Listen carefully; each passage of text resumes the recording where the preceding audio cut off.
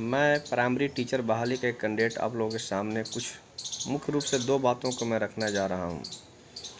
मैं ये देख रहा हूं कि जब से पटना हाई कोर्ट का डिसीजन प्रायोरिटी से संबंधित आया है, तब से मेरे डीएलएड साथी इस पर केस करने के लिए अड़े हुए हैं। ठीक है, ये आपकी स्वतंत्रता है, आप कर सकते हैं। यहाँ पे लोगों को कहने का अभिव्यक्ति है, केस करने का अभिव्यक्ति है, आप कर सकते हैं, ये आपके ऊपर डिपेंड करता है। लेकिन मेरा जहाँ तक विचार है तो इसमें केस करने से किसी को कुछ भी फ़ायदा नहीं होने जा रहा है। जो पटना हाई कोर्ट ने डिसीजन दिया है उसको सही तरीके से मान लीजिए, इसी में हम सभी लोगों का भलाई है। नहीं तो ये फिर कहीं ऐसा ना हो कि रियली में बहाली रद्द हो जाए और फिर रद्द होने के बाद जिनको ये लग रहा है कि नए तरीके से आएंगे तो हम बेहतर तरीके से इसमें आ पाएंगे, ये गलतफहमी में है। क्योंकि जितनी संख्या अभी है कैंडिडेट का, वो नेक्स्ट टाइम में इसकी जो कैंडिडेट की संख्या होगी वो दुगनी हो जाएगी, फिर आप वो रेस में बहुत पीछे रह जाएंगे।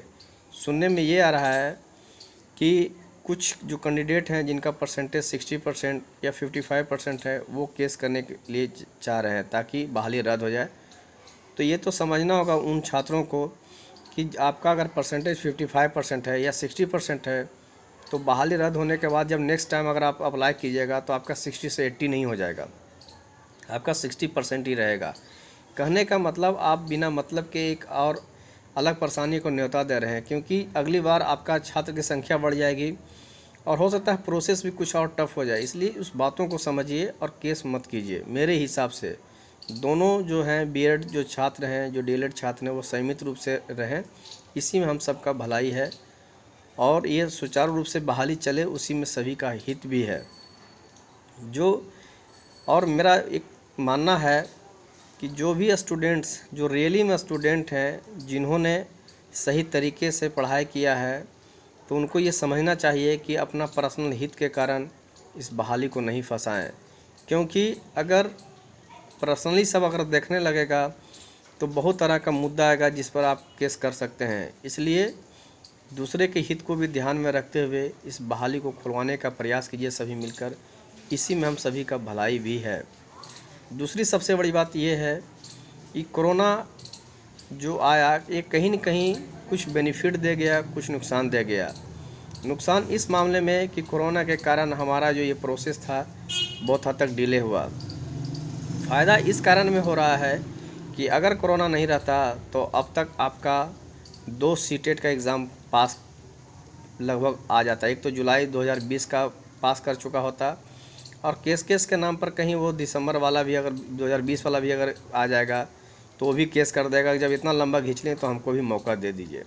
वो शुक्र है कोरोना के कारण कि कम से कम जुलाई वाला एग्ज़ाम नहीं हुआ है, जुलाई 2020, और दिसंबर का तो अभी चर्चा करना बेकार है। तो आप कहीं ऐसा नहीं कि केस के नाम पर इसको इतना आगे खींच के लेके चले जाएं कि यही एग्ज़ाम जो जुलाई 2020 में होने वाला है वो 31 जनवरी 2021 को हो रहा है, कहीं वो लोग भी नहीं कर जाएं और फिर वो भी केस नहीं कर दें इस बहाली को फंसाने के लिए।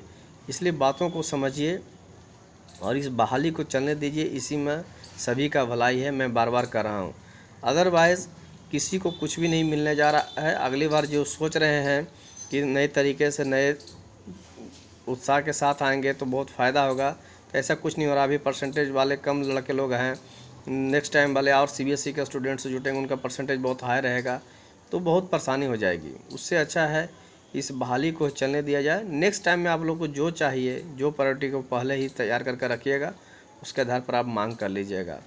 मेरा यही सबसे अनुरोध है कि संयम रहें और इस बहाली को चलने दिया जाए। अदरवाइज़ आप लोग हमसे ज़्यादा समझदार हैं, ज़्यादा बेहतर डिसीजन ले सकते हैं, उसके लिए आप स्वतंत्र हैं। धन्यवाद।